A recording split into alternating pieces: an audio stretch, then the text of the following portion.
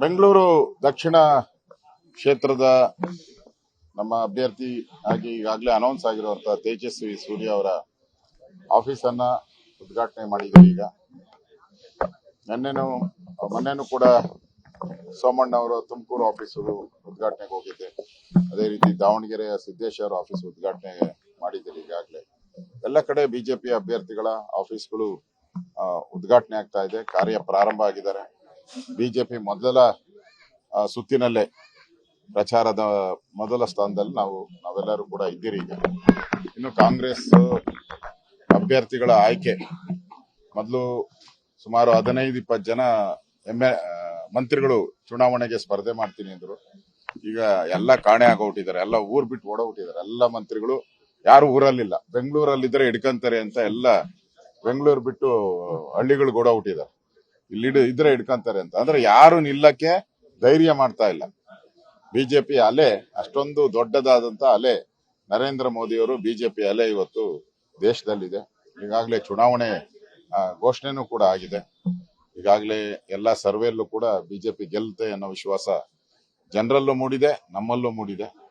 ಆ ದೃಷ್ಟಿಯಿಂದ ನಮ್ಮಲ್ಲಿರುವಂತ ಸಣ್ಣ ಪುಟ್ಟ ಗೊಂದಲಗಳನ್ನ ನಿವಾರಿಸಿಕೊಂಡು ಈ ಚುನಾವಣೆಯಲ್ಲಿ ಜೆಡಿಎಸ್ ಕಾರ್ಯಕರ್ತರನ್ನು ಕೂಡ ಗಮನದಲ್ಲಿಟ್ಕೊಂಡು, ಲೀಡರ್ಸ್ನು ಗಮನದಲ್ಲಿಟ್ಕೊಂಡು ಈ ಚುನಾವಣೆಯನ್ನ ನಾವು 28ಕ್ಕೆ 28 ಗೆಲ್ಲುವಂತ ಒಂದು ವಾತಾವರಣ ನಿರ್ಮಾಣ ಮಾಡುವಂತದಕ್ಕೆ ನಾವೆಲ್ಲ ಕಾರ್ಯಕರ್ತರು ಕೆಲಸ ಮಾಡ್ತೀವಿ. ವಿಶೇಷವಾಗಿ ಬೆಂಗಳೂರು ಸೌತ್, ನನ್ನ ಕಾನ್ಸ್ಟಿಟ್ಯೂನ್ಸಿನು ಬೆಂಗಳೂರು ಸೌತ್ ಅಲ್ಲೇ ಬರೋದ್ರಿಂದ ಇಲ್ಲೂ ಕೂಡ ಸುಮಾರು 4 ಲಕ್ಷದ ಟಾರ್ಗೆಟ್ ಅನ್ನ ಇಟ್ಕೊಂಡಿದ್ದೀರಿ. ಲೀಡ್ 4 ಲಕ್ಷಕ್ಕೂ ಹೆಚ್ಚು ಲೀಡ್ ಅನ್ನ ಟಾರ್ಗೆಟ್ ಅನ್ನ ಇಟ್ಕೊಂಡಿದ್ದೀರಿ. ಇಲ್ಲಿ ಆ ಕಡೆನೂ ಕೂಡ ನಾವು ಗಮನ ಹರಿಸ್ತಾ ಇದ್ದೀವಿ. ಒಟ್ಟಾರೆ ಕಾಂಗ್ರೆಸ್ ಒಂದು ರೀತಿ ಲೋಕಸಭಾ ಚುನಾವಣೆಯ ತಯಾರಿಯಲ್ಲೇ ಎಡವಿರೋದು ಸ್ಪಷ್ಟವಾಗಿ ಕರ್ನಾಟಕದಲ್ಲಿ ಕಾಣ್ತಾ ಇದೆ. ಸಣ್ಣ ಪುಟ್ಟ ಅಸಮಾಧಾನ ಅಂತ ಇದ್ದಾರೆ. ಈಶ್ವರಪ್ಪನವರು ಹೇಳಿದ್ದಾರೆ, ನರೇಂದ್ರ ಮೋದಿ ಅವರ ಕಾರ್ಯಕ್ರಮಕ್ಕೆ ನಾನು ನಾಳೆ ಹೋಗೋದಿಲ್ಲ, ಹೋಗದೇ ಇರೋದಕ್ಕೆ ಬೇಸರ ಇದೆ, ರಾಜ್ಯದಲ್ಲಿ ಪಾರ್ಟಿ ಅಪ್ಪ ಮಕ್ಕಳ ಕೈಯಲ್ಲಿದೆ, ಆ ಕಾರಣಕ್ಕೋಸ್ಕರ ನಿಂತಾ ಇದೆ ಅಂತ ಹೇಳಿದ್ದಾರೆ. ನೋಡಿ, ಈಶ್ವರಪ್ಪನವರು ನಮ್ಮ ನಾಯಕರು. ನಾನು ಕೂಡ ಅವ್ರ ಜೊತೆ ಮಾತಾಡ್ತೀನಿ. ನಾನು ಅವರನ್ನ ಮನವೊಲಿಸುವಂತ ಪ್ರಯತ್ನವನ್ನ ಮಾಡ್ತೀನಿ. ಆದ್ರೆ ಅದು ಯಡಿಯೂರಪ್ಪನವರು ಈಶ್ವರಪ್ಪನವ್ರ ಮಧ್ಯೆ ಆಗಿರುವಂತ ಒಂದು ಮಾತುಕತೆ, ಅದ್ರ ಬಗ್ಗೆ ನಮ್ಗೇನು ಗೊತ್ತಿಲ್ಲ. ಅದರಿಂದ ಅದನ್ನ ಯಡಿಯೂರಪ್ಪನವರು ಈಶ್ವರಪ್ಪನವರೇ ಪರಿಹರಿಸಬೇಕು. ಅದ್ರ ಜೊತೆ ನಾವು ಕೂಡ ನಮ್ಮ ಕೈಲಾದಂತ ಪರಿಹಾರ ಮಾಡುವಂತದಕ್ಕೆ, ಒಂದು ಸಂಧಾನ ಮಾಡುವಂತದಕ್ಕೆ ನಮ್ಮ ಕೈಲಿ ಏನ್ ಸಾಧ್ಯನೋ ಅಷ್ಟನ್ನು ಕೂಡ ನಾವು ಮಾಡ್ತೀವಿ. ಯಡಿಯೂರಪ್ಪನವರು ಹೇಳಿದ್ರು, ನಾನೇನು ಟಿಕೆಟ್ ತಪ್ಪಿಲ್ಲ, ಈಶ್ವರಪ್ಪನವರು ಸುಮ್ಮನೆ ನನ್ನ ಹೆಸರು ಹೇಳ್ತಾ ಇದ್ದಾರೆ ಅಂತ ಹೇಳಿದ್ರು. ನೋಡಿ, 4 ಗೋಡೆಗಳ ಮಧ್ಯೆ ಏನಾಗಿದೆ ನಾನು ಹೇಳಕ್ಕೆ ಇಷ್ಟಪಡಲ್ಲ. ಪಾರ್ಟಿ ತೀರ್ಮಾನ ನಾವೆಲ್ಲರೂ ತಲೆಬಾಗಿ ಒಪ್ಕೊಳ್ಳೇಬೇಕಾದಂತ ಕಾರ್ಯಕರ್ತರು ನಾವು.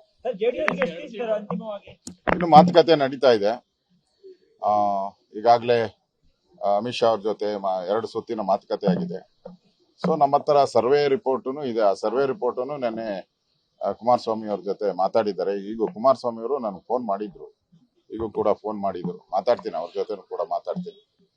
ಒಟ್ಟಾರೆ ಗೆಲ್ಲುವಂಥದ್ದು ಮಾನದಂಡ ಆಗ್ಬೇಕು. ಆ ದೃಷ್ಟಿಯಿಂದ ಜೆಡಿಎಸ್ ಜೊತೆನೂ ಕೂಡ ಒಂದು ಸೌಹಾರ್ದತ ಮಾತುಕತೆ ನಡೀತೈತೆ. ಇರ್ಬೋದು, ಅವರು ಕ್ಷೇತ್ರವನ್ನ ಕೇಳ್ತಾ ಇದ್ದಾರೆ, ಒಂದು 3-4 ಕಡೆ ಕೇಳ್ತಾ ಇದ್ದಾರೆ. ಅಲ್ಟಿಮೇಟ್ ಆಗಿ ಗೆಲ್ಲುವಂಥದ್ದು ಒಂದು ಮಾನದಂಡ ಆಗ್ಬೇಕು ಮತ್ತು ಜೆಡಿಎಸ್ಗೂ ಒಂದು ಗೌರವ ಬರಬೇಕು. ಆ ದೃಷ್ಟಿಯಿಂದ ಯಾವುದೇ ಕಾರಣಕ್ಕೂ ಜೆಡಿಎಸ್ಗೆ, ಕಾರ್ಯಕರ್ತರಿಗೆ ಮತ್ತು ಲೀಡರ್ಸ್ಗೆ ಎಲ್ಲರನ್ನೂ ಕೂಡ ಒಟ್ಟಿಗೆ ತಗೊಂಡು ಹೋಗುವಂತ ಕೆಲಸವನ್ನ ಬಿಜೆಪಿ ನಾವು ಮಾಡ್ತೀವಿ. ಬೆಂಗಳೂರು ಉತ್ತರದಲ್ಲಿ ಜಿ ವಿ ಸದಾನಂದ ಸಂಪರ್ಕ ಮಾಡುವಂತಹ ಪ್ರಯತ್ನ ಕಾಂಗ್ರೆಸ್ ಮಾಡ್ತಾ ಇದೆ, ಅವ್ರನ್ನ ಸೆಳೆಯೋ ಪ್ರಯತ್ನ ಮಾಡ್ತಾರೆ.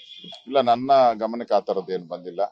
ಸದಾನಂದ ಗೌಡರು ನಮ್ಮ ಹಿರಿಯ ನಾಯಕರು. ನಾವೆಲ್ಲರೂ ಕೂಡ ಅವರಿಗೆ ಟಿಕೆಟ್ ಕೊಡಬೇಕು ಅಂತ ಎಲ್ಲರೂ ಕೂಡ ಒಟ್ಟಭಿಪ್ರಾಯವನ್ನ ನಾವು ಕೊಟ್ಟಿದ್ರಿ. ಸದಾನಂದ ಗೌಡರಿಗೆ ಟಿಕೆಟ್ ಕೊಡಬೇಕು ಅಂತ.